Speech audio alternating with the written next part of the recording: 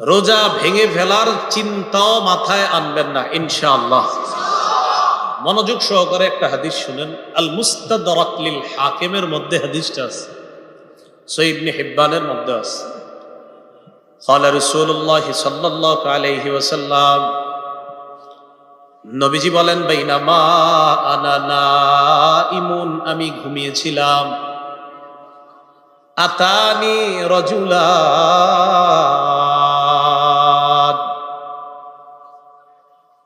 আমি ঘুমিয়েছিলাম, স্বপ্নে আমার কাছে দুজন লোক আসছে।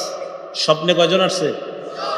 এই যারা রোজা ভেঙে ফেলে তাদেরকে আপনারা এই হাদিসটা নিজেরা আজকে মুখস্থ করবেন, আর যারা ওই যে লাল কাপড় টাপড় লাগায় খায় এদেরকে এই হাদিসটা শোনায় দিবেন। পারবেন না ইনশাআল্লাহ? বাংলাটা মুখস্থ রাখতে পারবেন তো? বাস, শেষের অংশটা মুখস্থ রাখলেই চলবে, শুধু শেষের জায়গাটা মুখস্থ রাখলেই চলবে। আমি বলছি, মন দিয়ে শুনুন। রাসূলুল্লাহ সাল্লাল্লাহু আলাইহি সাল্লাম বলেন, আমি ঘুমিয়ে আছি, দুই ব্যক্তি আমার কাছে আসছে। আসার পর ফাআখাযা বিদবঈ, আমার বাহু ধরছে, এভাবে বাহু ধরছে।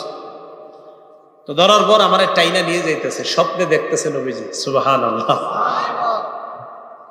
নবীজি বলেন, আমারে নিয়ে যাইতেছে, যাইতে যাইতে দেখলাম ফাআতায়া বি জাবালান ওয়া'রা, আমারে একটা পাহাড়ের কাছে নিয়ে গিয়েছে, আমারে একটা পাহাড়ের কাছে নিয়ে গিয়েছে। তো এই দুর্গম পাহাড়, এই দুর্গম পাহাড়ের সামনে গিয়ে আমি দাঁড়ায় রয়েছি। দুর্গম পাহাড়, এটা সামনে দাঁড়ায় রয়েছি। নবীজিরে নিয়ে গেছে কয়জন? দুইজন। এইভাবে মনে করেন দুইজন রসুলরে এইভাবে দুই বাহুতে ধইরা দুইজন নিয়ে গেছে। তা আপনি সামনে এলেন না, দেখলে সুন্দর হইতে আছে, আইসেন না, সমস্যা নেই। মানে দুইজন দুই দিক দিয়ে ধরছে, আপনি ধরেন ওই পাশ দিয়ে হুজুর, এইরকম এরকম ধরে নিয়ে গেছে। বুঝছেন সবাই? এরকম। তো আমাকে যখন ওই দুর্গম পাহাড়ের কাছে নিচে আমি দাঁড়ায় রইলাম, ফাকালা, দুইজন আমাকে বললেন, ইসআদ, এই পাহাড়ের উপর উঠেন। তো আমি জবাব দিলাম, লা উতিকুহু, না না, আমি পারবো না, এই দুর্গম পাহাড়ে, এই পাহাড়ে কে উঠবে, আমি পারবো না। নবীজি বলেন, ওই দুইজন নবীজিকে বললেন, সানুসাহিলুহু লাকা, আপনি টেনশন করেন না, পাহাড়ে ওঠা আমরা দুইজন আপনার জন্য সহজ করে দিব, উঠেন। রাসূলুল্লাহ সাল্লাল্লাহু আলাইহি সাল্লাম বলেন, আমি ঘুমিয়েছিলাম, স্বপ্নে দুই ব্যক্তি আমার কাছে এসেছে, আমার দুই বাহু ধরে আমাকে টেনে নিয়ে গেছে, দুর্গম একটা পাহাড়ের কাছে আনছে। ওই পাহাড়ের কাছে যাওয়ার পর আমি পাহাড়ের সামনে দাঁড়িয়ে রইলাম। আমাকে ওই দুইজন বললেন, আপনি পাহাড়ে ওঠেন। আমি বললাম, আমি উঠতে পারবো না। তারা দুইজন আমাকে বললেন, আমরা এই পাহাড়ে যেন আপনি উঠতে পারেন, এই ওঠাটা আমরা আপনার জন্য সহজ করে দিব, আমরা সাপোর্ট দিব, আপনি ওঠেন।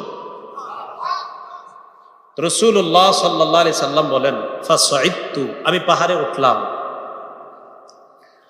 পাহাড়ে ওঠার পর আমি দেখলাম, ইদান বিআসওয়াতিন শাদীদা, প্রচন্ড আওয়াজ আমার কানে আসতেছে। কোথায় উঠাই আওয়াজ পাইছে? পাহাড়ের উপরে। রাসূলুল্লাহ সাল্লাল্লাহু আলাইহি সাল্লাম বলেন, হাত্তা ইদা কুনতু ফি সাওয়াইল জাবাল, যখন পাহাড়ের মাঝামাঝি জায়গায়, সমতল জায়গায় গেলাম, সেখানে গিয়ে ইদান বিআসওয়াতিন শাদীদা, প্রচুর আওয়াজ শুনলাম, ভয়ঙ্কর আওয়াজ, চিৎকারের আওয়াজ আমার কানে আসছে। ফাকুলতু মা হাযিহিল আসওয়াত, আমি প্রশ্ন করলাম, এগুলা কিসের আওয়াজ? ওই দুইজন জবাব দেয়, ওয়াউ আহলিন নার, এগুলা জাহান্নামীদের চিৎকারের আওয়াজ। নবীজি বলেন, সুম্মান তালাকাবি, এরপর আমাকে সামনের দিকে নিয়ে যায়, যাইতে লাগলাম। যাইতে যাইতে ফাইদা আনা বিকাউমিন মুআল্লাকিনা বিআরাকিবিহিম মুশাক্কাকাতিন আশদাকুহুম, যাইতে যাইতে হঠাৎ আমি একদল মানুষের সামনে গেলাম, তাদের দিকে তাকায় দেখলাম পাগুলা উপরের দিকে বেঁধে রাখা, পাগুলা বেঁধে রাখা, মাথা নিচে। আর কি দেখেন? পা উপরে মাথা নিচে। মুশাক্কাকাতিন আশদাকুহুম, এই দুই পাশের যে দুই গাল, এই দুই গাল করাত দ্বারা চিরতেছে, উপরে পাগুলা, নিচে ঝুলন্ত, এইভাবে আপনার গাল ছিঁড়তেছে। তাসিলু আশদাকুহুম দামা, এই পুরা গাল, এই চোয়াল সহ রক্ত পড়তেছে। এই কল্পনায় আনেন, দৃশ্যটা কল্পনায় আনেন, পা উপরে মাথা নিচে, দুই পাশের গাল থেকে রক্ত পড়তেছে। ব্যাপারটা কত ভয়ঙ্কর। রসুল বলেন, আমি বললাম এগুলা কারা, কার সামনে আমি আসলাম? মান হাউলা? ফেরেশতারা জবাব দিলেন, আল্লাযীনা ইফতিরুনা ক্বাবলা তাহিল্লাতি সাওমিহিম। হুজুর, এরা তারা যারা ইফতারির সময় হওয়ার আগেই ইচ্ছাকৃতভাবে রোজা ভেঙে ফেলে, এরা তারা। আর যারা রোজা রাখে না তাদের অবস্থা তো আরো ভয়ঙ্কর। রসুল বলেন, একদল হুজুর ইচ্ছাকৃতভাবে রোজার সাথে তামাশা করে, ইচ্ছা করে রাখা, মন চায় আমি রাখবো, মন চায় রাখবো না, ইচ্ছা করে যারা ভেঙে ফেলে, এদের এই অবস্থা এটা চলতেই থাকবে। পাগুলো উপরের দিকে দেওয়া, মাথা নিচের দিকে দেওয়া, দুই পাশের গাল বেয়ে বেয়ে রক্ত পড়তেছে। এরা কারা? যারা ইচ্ছাকৃতভাবে রোজা ভেঙে ফেলে। তাহলে অবস্থাটা কত ভয়ঙ্কর। তো পর্দার আড়ালে যারা খায় এদেরকে একটু বলবেন যে তোমার অবস্থা কি ভয়ঙ্কর হবে, একটু চিন্তা করো। আল্লাহ কথাগুলো বুঝার তৌফিক দান করো।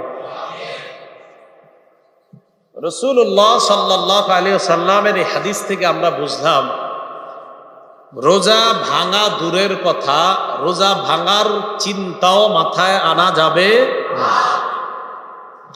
আব্দুল্লাহ ইবনে মাসউদ রাদিয়াল্লাহু তাআলা আনহুর বর্ণনা কি বলে দেখেন। তিনি বলেন, মান আফতারা ইয়াওমান মিন রমাদানা মুতাআম্মিদান মিন গায়রি সাফারিন ওয়ালা মারাদিন। কোন ব্যক্তি যদি ওজর ছাড়া ইচ্ছাকৃতভাবে রমজানের একটা রোজা ভেঙে ফেলে, কয়টা? কিভাবে?